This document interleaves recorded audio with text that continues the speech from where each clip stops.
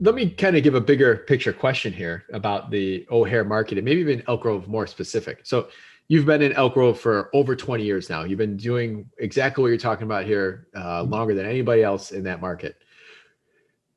Is some of the stuff we're talking about today, in the industrial, let's talk about this too. The industrial sector right now, it's just been on fire for the last handful of years. As far as vacancy's been low, the spec buildings have been going up left and right. Oh yeah.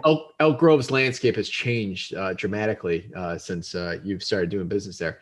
How much of this is just the total area changing because it's now such a larger hub and this real estate is just more valuable versus how much is it just due to a kind of a bull market when it comes to the industrial side of things? Well, demand is what's driving the new construction. So they're actually, these new buildings that they're putting up, they're leasing out rather quickly.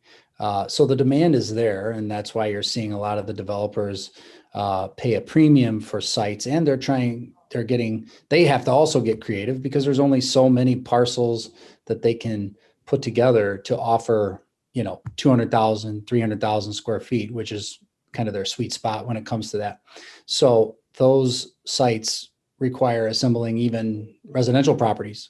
For example, there was a deal just put together over on Devon and 83 recently, and they had to assemble, I think, north of 90 homes for a developer to put up a few buildings. I think they're going to put a couple different sizes on that site, but that's what you're seeing now. So they have to go out and find the opportunities because they're hard to find. And you can approach some of these other existing older buildings, but I'm talking north of 10 acres and 20 acres in some cases. That's what they need in order to get to make sense of what they're trying to build and accommodate the larger user. So that's what you're seeing out there.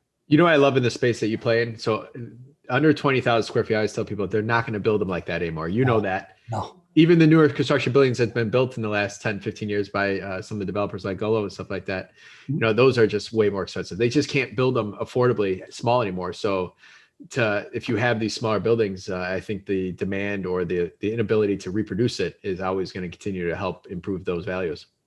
Yeah, and what you're seeing in regards to that too, there are some deals getting put together, more so out west, say Streamwood, for example, East Dundee, those markets.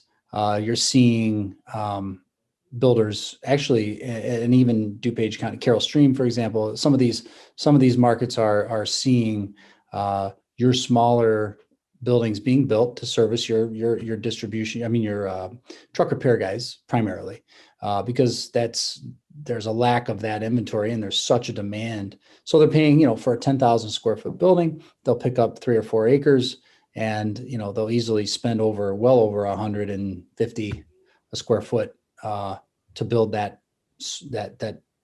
specific size to their needs, with all the different taller ceilings, doors, drains, yard, and everything else that goes into it. So it is happening, and actually more so now than I've seen in over 20 years. So the demand is there. If you can find and some of the land is being purchased for north of $10 a foot for the dirt. So yeah, it's interesting times, but it's nice to see that getting done, because obviously when they go to resell them, they'll be better.